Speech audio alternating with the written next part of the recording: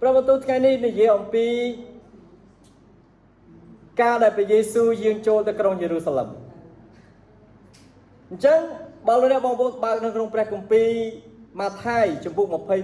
21ណាបងប្អូននឹងឃើញពីដំណើររឿងដែលព្រះយេស៊ូវព្រះអង្គនិងពួកសាវកចូលទៅក្រុងយេរូសាឡិម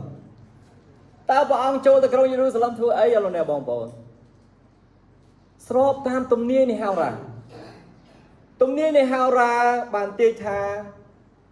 ណាម្នាក់ដែលនឹងមកធ្វើជាមហាក្សត្រ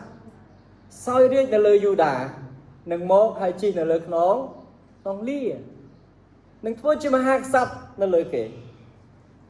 អញ្ចឹងជនជាតិយូដាឬអ៊ីស្រាអែលនោះឯងគេរងចាំម្នាក់ដែលនឹងមកតាមទំនាយនោះឯងដែលគេស្គាល់ថាជាព្រះមេស៊ីព្រះយេស៊ូវនិងពួកសាវកបានទៅដល់ក្បែរក្រុង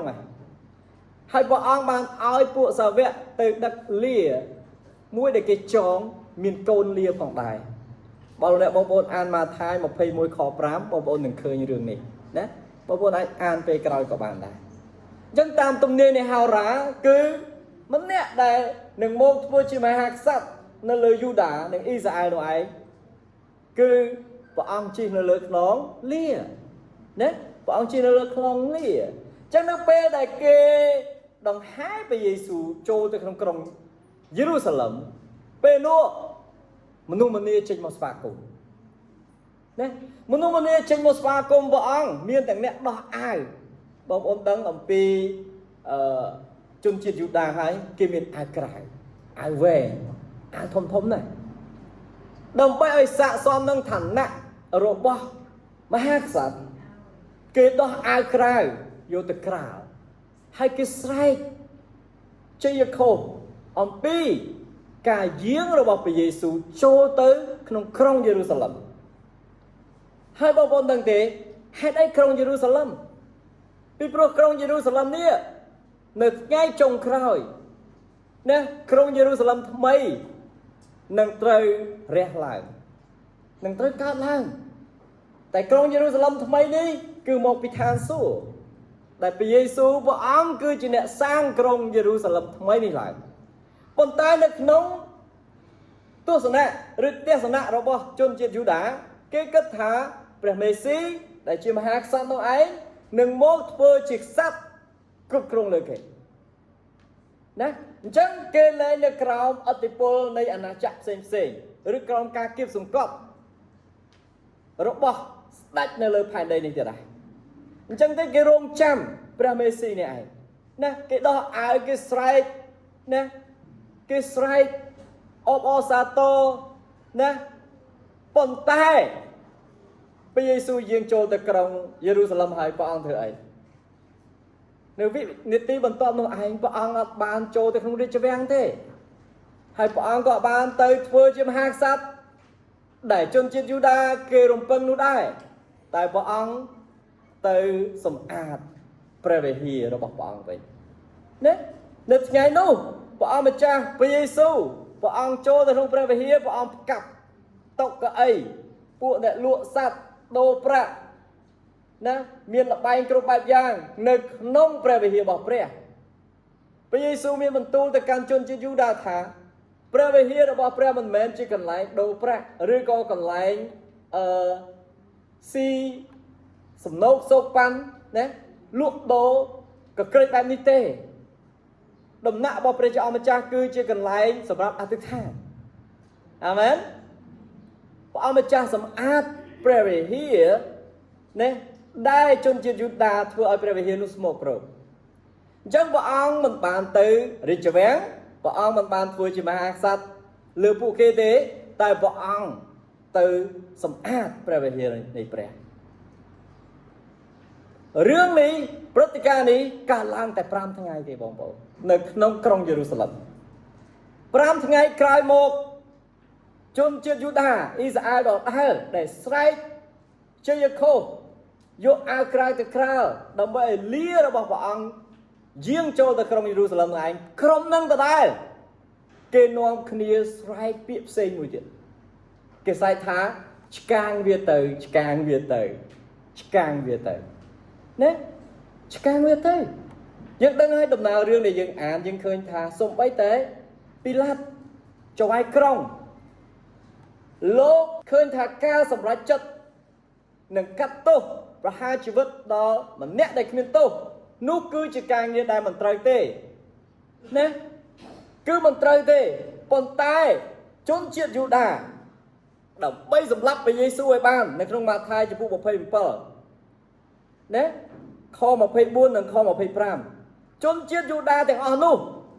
គេបានស្រែកទៅកាន់លោកពីឡាតថាសម្លាប់ម្នាក់នេះហើយដោះលែងម្នាក់ទៀតឈ្មោះបារ៉ាបាឲ្យមានសេរីភាពណែ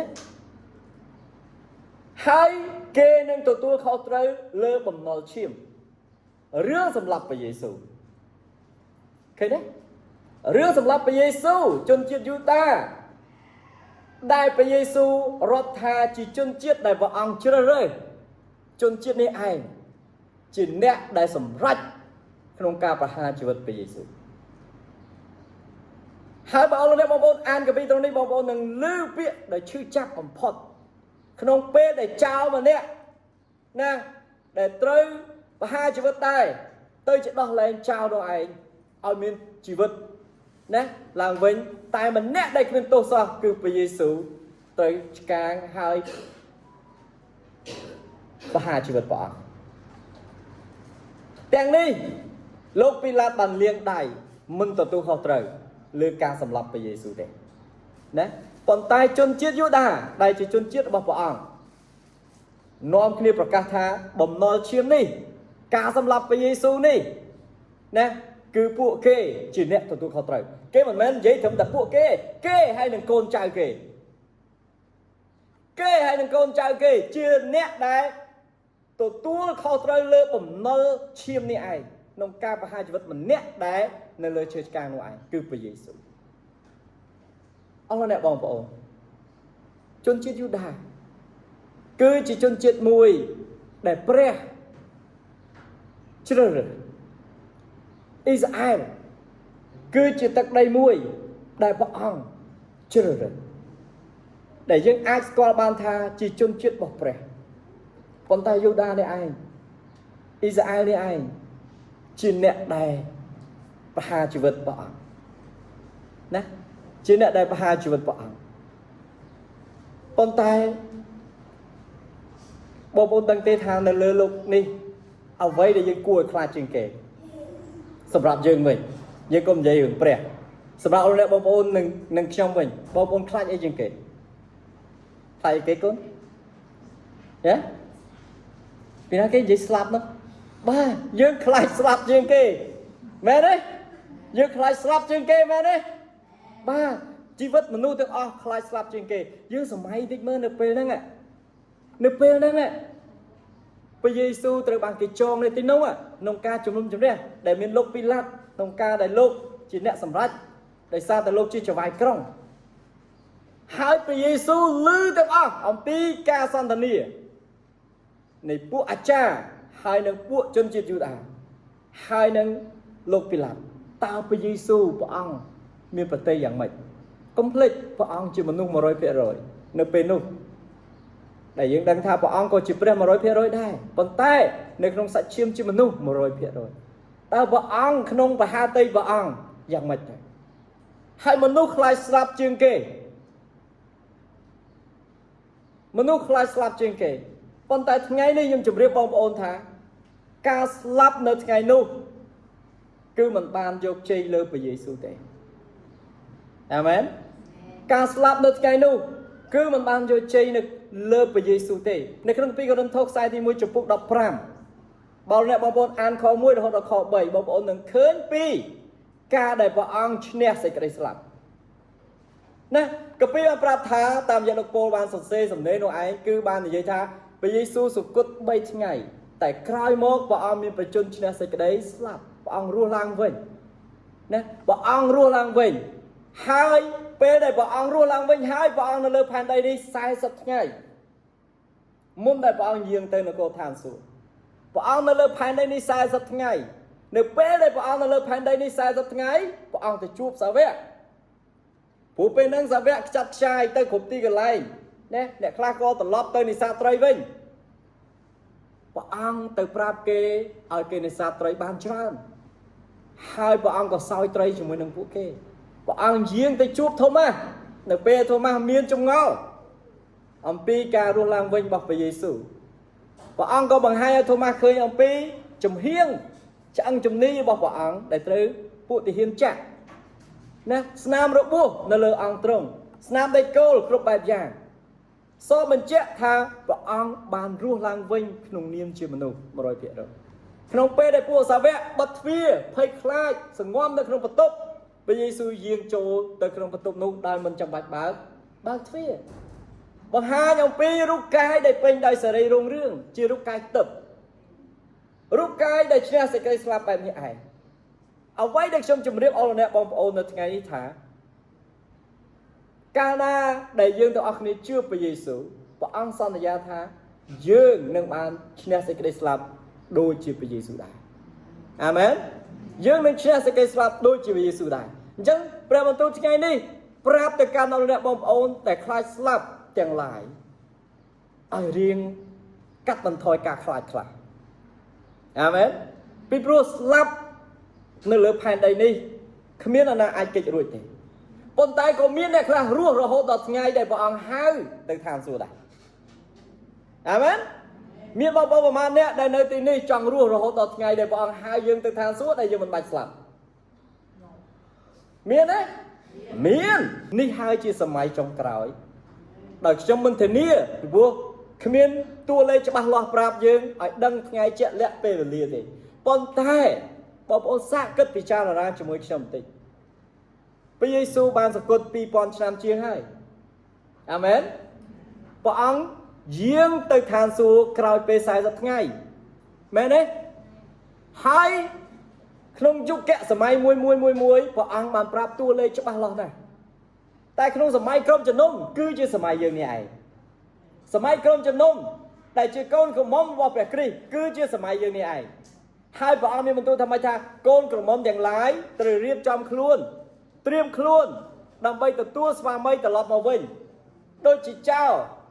ណាដែលមកចូលលួចនៅពេលយប់ដែលយើងមិនដឹងថាពេលណាប៉ុន្តែនឹងមកក្នុងកាពីយ៉ូហានបានប្រាប់ថាម៉េចថាព្រះអង្គទៅឋានសួគ៌ព្រះអង្គទៅរៀបចំកន្លែងសម្រាប់យើងទាំងអស់គ្នាអាមែនព្រះអង្គទៅឋានសួគ៌គឺព្រះអង្គទៅរៀបចំកន្លែងឲ្យលោកអ្នកបងប្អូនហើយនឹងខ្ញុំឥឡូវបងប្អូនពិចារណាបន្តិចជាមួយខ្ញុំបងប្អូនគិតបែបមនុស្សដូចជាខ្ញុំដែរចុះព្រះអង្គបង្កើតពិភពលោកនេះប្រហែលថ្ងៃ7ថ្ងៃព្រះអង្គបង្កើតគ្រប់យ៉ាងទាំងអស់នៅលើផែនដីនេះ7ថ្ងៃអាមែនហើយ7ថ្ងៃនោះឯងព្រះអង្គហៅថាជាឧទ្យានរបស់ព្រះដែលយើងស្គាល់ថាជាសួនឧទ្យានរបស់ព្រះសួនអេដេនមែនទេ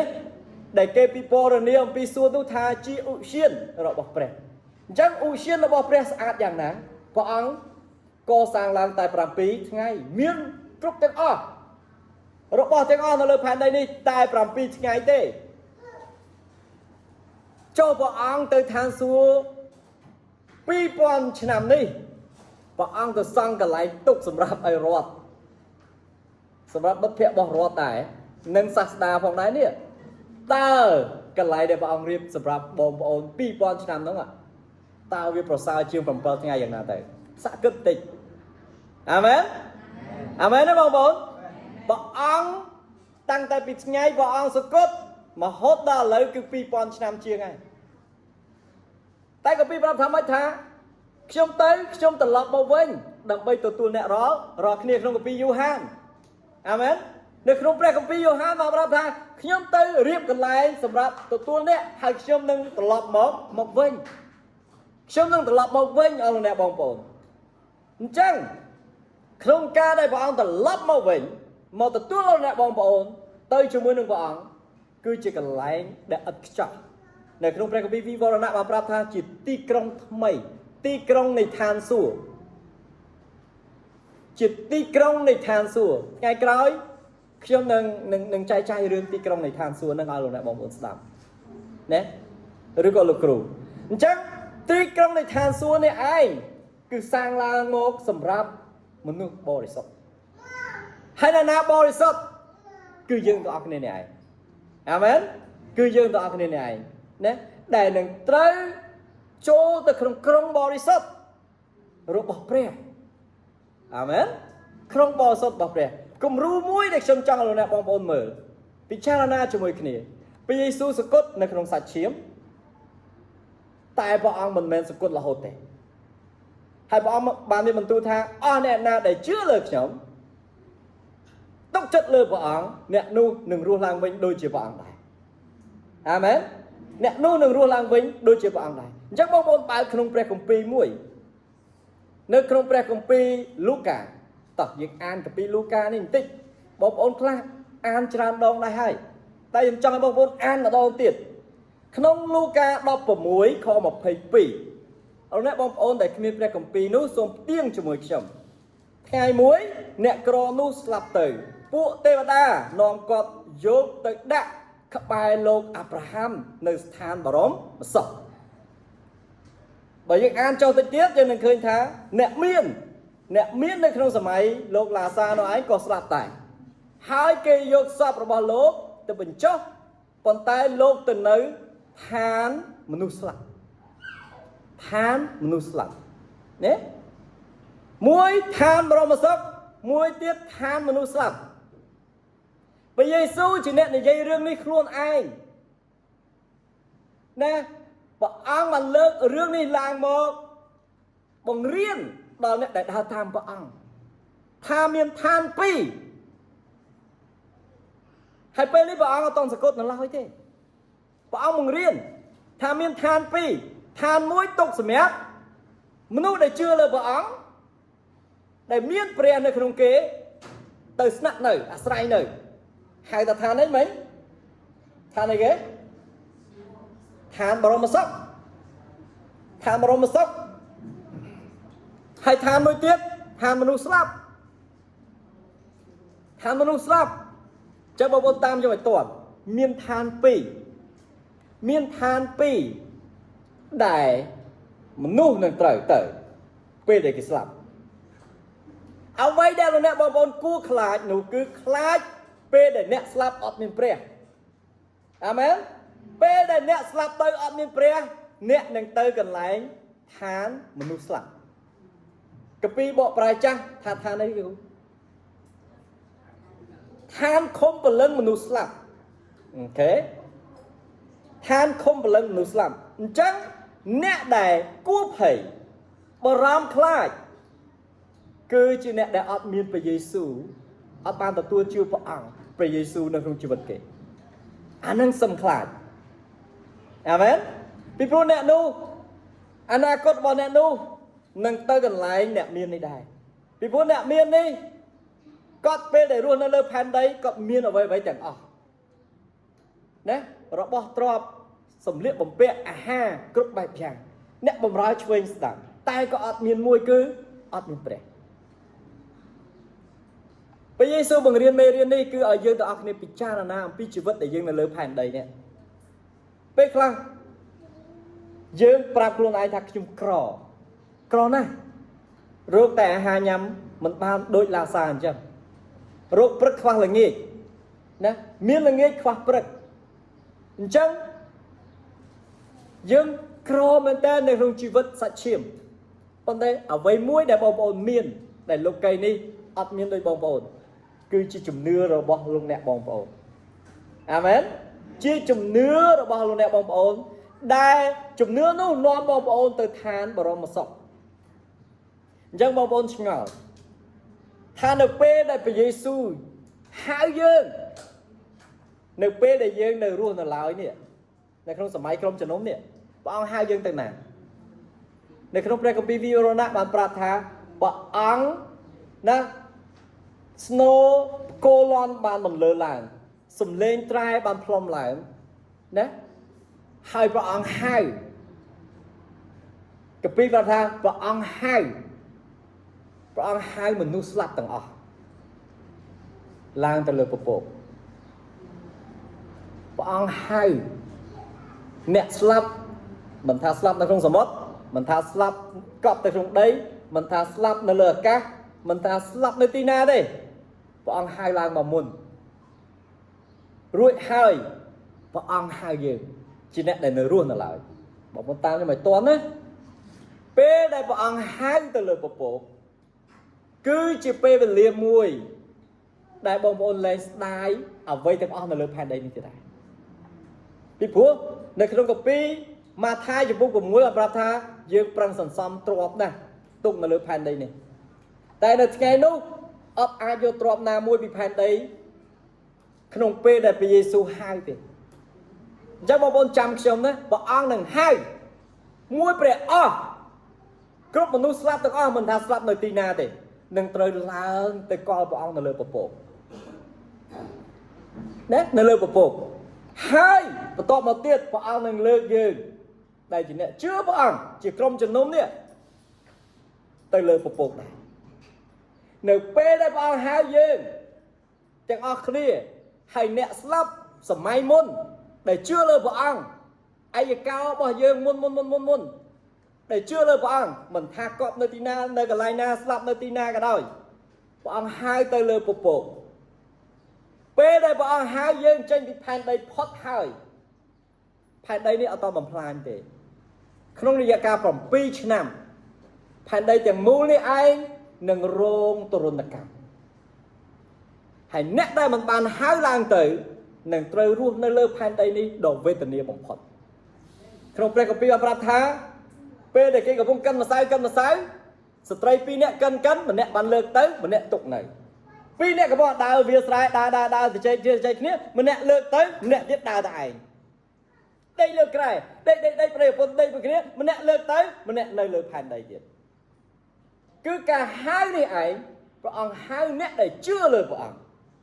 គឺអ្នកនោះនឹងមិនដែលមានបទពិសោធន៍ស្លាប់មួយដងទេអាមែនអ្នកនោះមិនដែលមានបទពិសោធន៍ស្លាប់ម្ដងទេហើយលោកគ្រូយើងម្នាក់ដែលគាត់បរៀននៅកពតគាត់បាននិយាយថាគាត់ចង់គ្រប់ពេលគាត់ជាគ្រូកងវិលគាត់ទៅធ្វើបុណ្យសពឲ្យគេគាត់ឃើញម្នាក់ដេកលើវិឈូសគាត់មិនដែលសម័យថាជាគាត់នឹងដេកលើវិឈូសហ្នឹងទេពីព្រោះព្រះនឹងមកមុនតែគាត់ស្លាប់ក៏អត់ចង់មានបទពិសោធន៍ស្លាប់ម្ដងទេគាត់ចង់ឡើងទៅលើអាកាសវេហា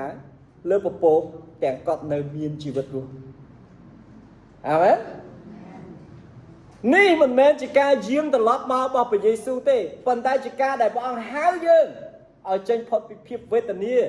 នៃលោកីយ៍នេះក្នុងរយៈពេលខាងមុខនឹងចូលមកដល់ចឹងខ្ញុំអត់មានពេលលំអិតប្រាប់លោកអ្នកបងប្អូនថាទរណកម្មការដាក់វិន័យ7ឆ្នាំវេទនាយ៉ាងណាទេប៉ុន្តែលោកអ្នកបងប្អូនអាចទៅអានកាពីវិវរណៈណាចំពុក6ចំពុក7ចំពុក8បងប្អូននឹងឃើញទរណកម្មដែលព្រះដាក់មកលើផែនដីនេះឯងក្នុងសម័យអតតឹងព្រះគ្រីស្ទស្រូវអង្គឡើងថ្លៃក្នុងសម័យ3ឆ្នាំដំបូងពួកអ្នកក្រវេទនាណាស់ពួកអ្នកមានអត់សូវអីទេប៉ុន្តែការទរណកម្មទាំង7យ៉ាងណាដែលព្រះអង្គបានដាក់មកលើផែនដីមានច្រើនដងណាបងប្អូនអាចអានឃើញបងប្អូននឹងឃើញថាវេទនាមែនតើវេទនាមែនតើពីព្រោះវេទនាយ៉ាងម៉េចផែនដីទាំងមូលខ្វះទឹកមនុស្សរស់ដោយសារទឹកមែនទេមនុស្សរស់ដោយសារទឹកប៉ុន្តែពីលើមេឃធ្លាក់មកសិតតែព្រិលភ្លើងពីលើមេឃធ្លាក់មកសិតតែព្រិលភ្លើងបងប្អូនស្គាល់ព្រិលទេពេលដែលព្រិលធ្លាក់ត្រជាក់អីក្តៅត្រជាក់ប៉ុន្តែព្រិលនៅក្នុងសម័យ7ឆ្នាំនោះឯងគឺភ្លើងទន្លេសមុទ្រคล้ายទៅជាឈាមនៅពេលទន្លេសមុទ្រคล้ายទៅជាឈាមមនុស្សដែលរស់នៅលើផែនដីសម័យនោះ7ឆ្នាំនោះតើគេបានអីផឹកតើគេវេទនាយ៉ាងណាទៅបងប្អូនសាកសម័យមើលបងប្អូនចង់នៅក្នុងរយៈកាលដែលគេត្រូវបានឡើងទៅអស់ហើយយើងនៅចង់និយាយថាអ្នកដែលបានទៅនៅបន្តរស់ទៀតនេះ7ឆ្នាំកាពីប្រាប់ថាទុកវេទនា7ឆ្នាំ3ឆ្នាំដំបូងមិនសូវធ្ងន់ទេណាប៉ុន្តែអ្នកណារក្សាជំនឿខ្លួនបាន អ្នកណាស្វែងរកព្រះអង្គស្គាល់ព្រះអង្គទុកចិត្តលើព្រះបន្ទូលព្រះអង្គនៅសម័យ7 ឆ្នាំនោះឯងនឹងទទួលការបៀតបៀនយ៉ាងខ្លាំងបំផុតតែបើគេមិនប្រឡែងជំនឿរបស់គេទេគេក៏ត្រូវបានសង្គ្រោះដែរគេត្រូវបានសង្គ្រោះដែរអញ្ចឹង7 ឆ្នាំនោះឯងបើអរអ្នកបងប្អូនអានកាពីវិវរណៈចំពុក6 7 8បងប្អូននឹងឃើញអំពីការជំនុំជម្រះរបស់ព្រះរបៀបជំនុំជម្រះរបស់ព្រះអង្គមានការផ្លុំត្រែមានការចាក់ប្រេងចាក់ម្ដងស្អីការឡើងចាក់ម្ដងស្អីការឡើងមានរំជួយដីណាមានព្យុះសង្គ្រាមានភ្លើងធ្លាក់ពីលើមេឃមកតែម្ដងណានៅលើផែនដីនេះគេដឹកតំណែងធំគេដឹកដោយសំពៅដឹកដោយទូកធំមែនទេនៅពេលនោះរីងសំពៅកកសំទោសសមុទ្រទន្លេកកឆេះគ្រប់ទីកន្លែងតើតំណែងអាចដឹកយកទៅដល់គោលដៅបានទេហើយតម្លៃនៃរបស់ថ្លៃណាស់ថ្លៃមែនតើប៉ុន្តែព្រះអង្គមិនបោះបង់យូដាចោលទេបងប្អូនខាងដើមនៃការដែលខ្ញុំចាប់ផ្ដើមគឺខ្ញុំនិយាយអំពីយូដាមែនទេបងប្អូនយូដាបាននិយាយទៅកាន់ពួកអាចារ្យថាហើយនឹងលោកពីឡាថាម៉េចថាគេនឹងជាអ្នកទូទាត់បំណុលឈាមនេះបងប្អូនតាមខ្ញុំឲ្យទាន់ណាញ៉ើអត់ចេះតែនិយាយចោលទេនេះជាអ្វីដែលបងប្អូនគួរឮហើយប្រហែលបងប្អូនខ្លះនឹងមិនអាចឮនៅថ្ងៃក្រោយទេគេជាអ្នកដែលទូទាត់បញ្ជីបំណុលឈាមនេះជាមួយព្រះយេស៊ូវគេជាអ្នករ៉ាប់រងណាថាឲ្យបំណុលឈាមនេះធ្លាក់មកលើគេប៉ុន្តែព្រះនៃការអត់ទោសព្រះអង្គយាងមកជាលើកទី2ព្រះអង្គមកដើម្បីសង្គ្រោះយូដានៅមានឱកាសម្ដងទៀតក្រោយពេល7 ឆ្នាំនៃការទរណកម្មដ៏សែនអាក្រក់នៅលើផែនដីនេះនឹងមានមនុស្សរស់នៅលើផែនដីនេះមិនដល់1/3ផងហើយមនុស្សនៅលើផែនដីនេះសពថ្ងៃនេះប្រហែលកោតអល់អ្នកបងប្អូនដឹងទេនៅក្នុងការវិភាគនៃព្រះគម្ពីរបានប្រាប់ថាមនុស្សជាងពាក់កណ្ដាលនៃផែនដីនេះត្រូវបានលាងចេញពាក្យលាងចេញព្រះគម្ពីរចោលសម្ដៅថានឹងស្លាប់នៅពេលជំរុំជម្រះនោះឯងហើយពួកអ្នកនោះឯងគឺស្លាប់ជារៀងរហូតណាអញ្ចឹងថ្ងៃនេះខ្ញុំនិយាយទៅកាន់លោកអ្នកបងប្អូនឲ្យបងប្អូនភ័យឬយ៉ាងណាបងប្អូនមិនគួរភ័យទេ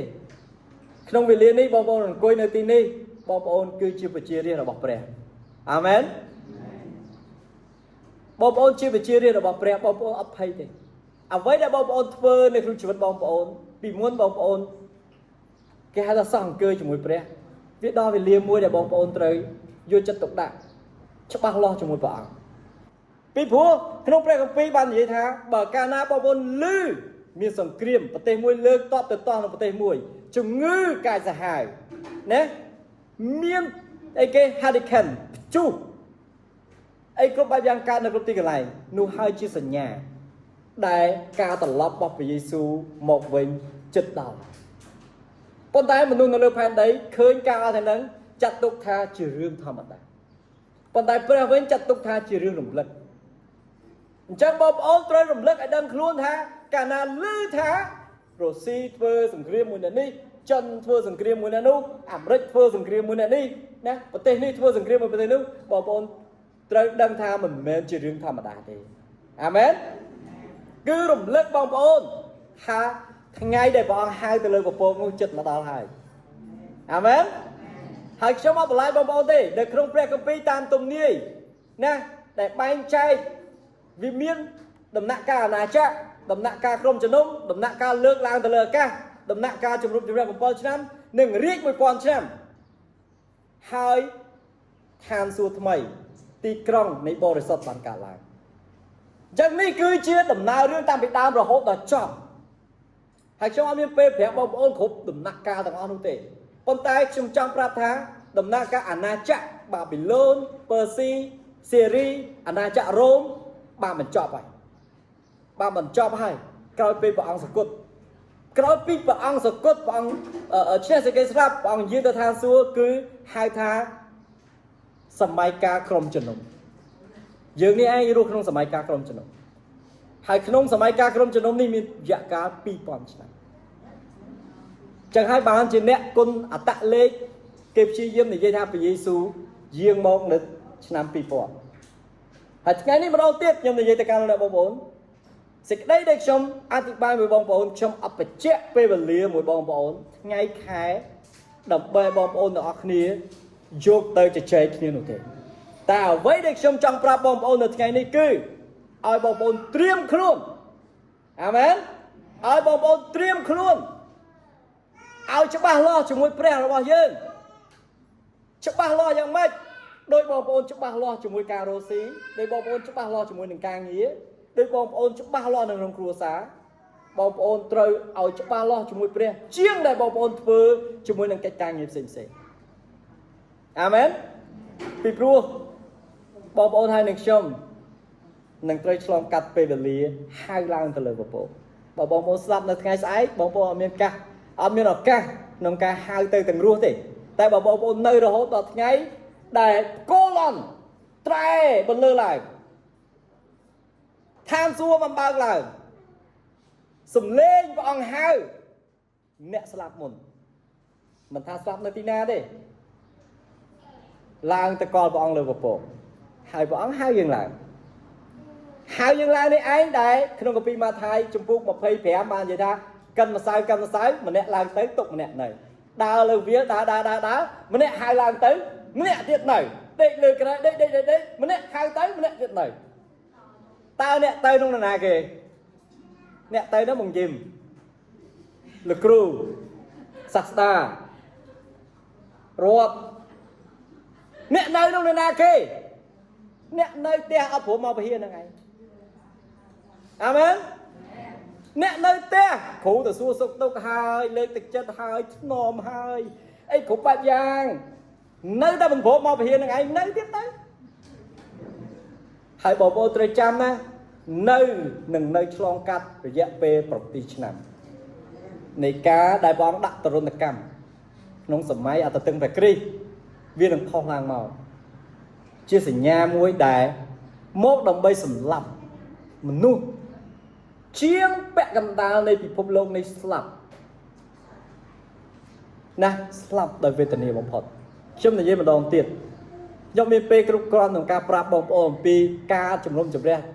របស់ព្រះក្នុងពីវិវរណៈបងប្អូនទេប៉ុន្តែបើបងប្អូនមានពេលអានខ្លួនឯង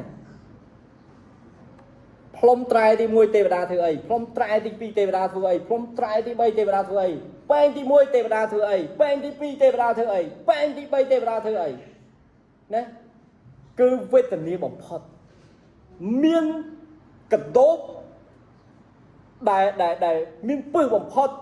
សត្វជំងឺអាសន្នរោគគ្រប់បែបយ៉ាងលើងធ្លាក់ពីលើមេឃមកទន្លេសមុទ្រខ្លាយទៅជាឈាមសំពៅទូកធំដឹកទំនិញឡើងបាន